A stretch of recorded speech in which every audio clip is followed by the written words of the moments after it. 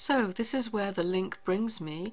It brings me to a blog post that's been captured in this tool called Bounce App. And as I read the blog post and I scroll down, there may be certain things which I find interesting, and what I can do is I can click and drag and then make a note here of what I'm finding interesting, click OK, and that means that the web page is annotated.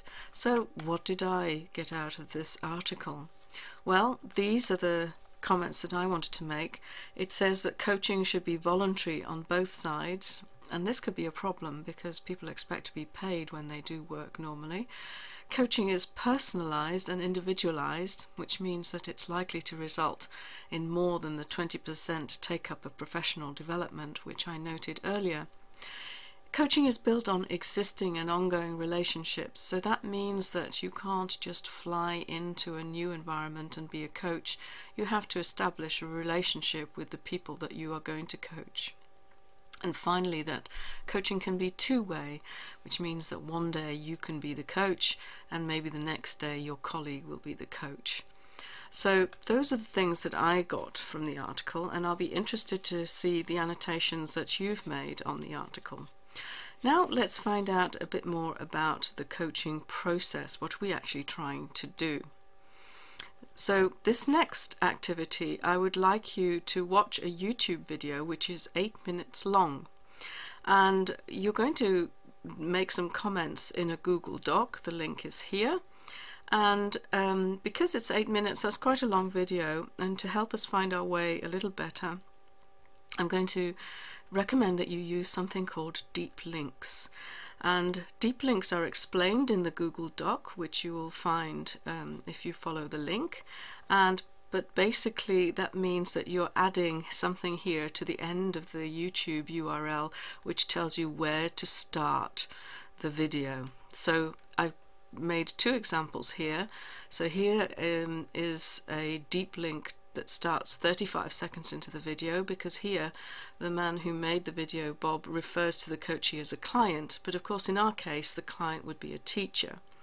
I've also made another link here at 1 minute and 7 seconds where Bob talks in more depth about defining the problem and the goal, and I'm saying here that it's very important that our goals as teachers should be pedagogical goals rather than saying that you want to use a specific tool.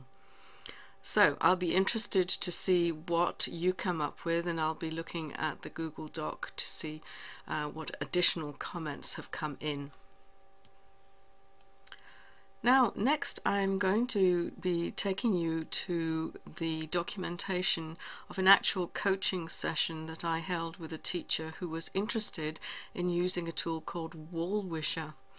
Now I'm not recommending that coaching should be noted down in this way, but because my coachee was interested in Woolwisher, I thought it would be interesting to use Woolwisher to document the coaching session.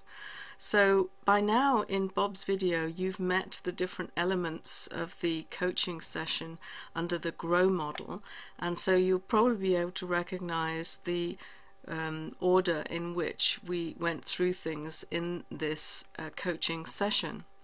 So I've locked this Woolwisher so that it doesn't change, but you could also use Woolwisher to start making a note of the types of goals that you may have for your own classroom.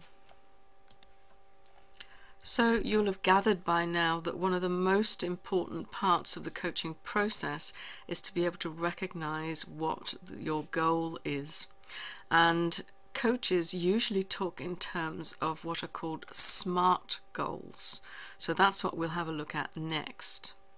Now then, you've got a link to this article so that you can see the end of it, but basically you can see that a SMART goal is specific, measurable, attainable, realistic and timely. So nothing vague like I'm going to use blogs, but something a bit more specific. I'm going to use individual blogs with class 4C for XYZ project, and also giving a date.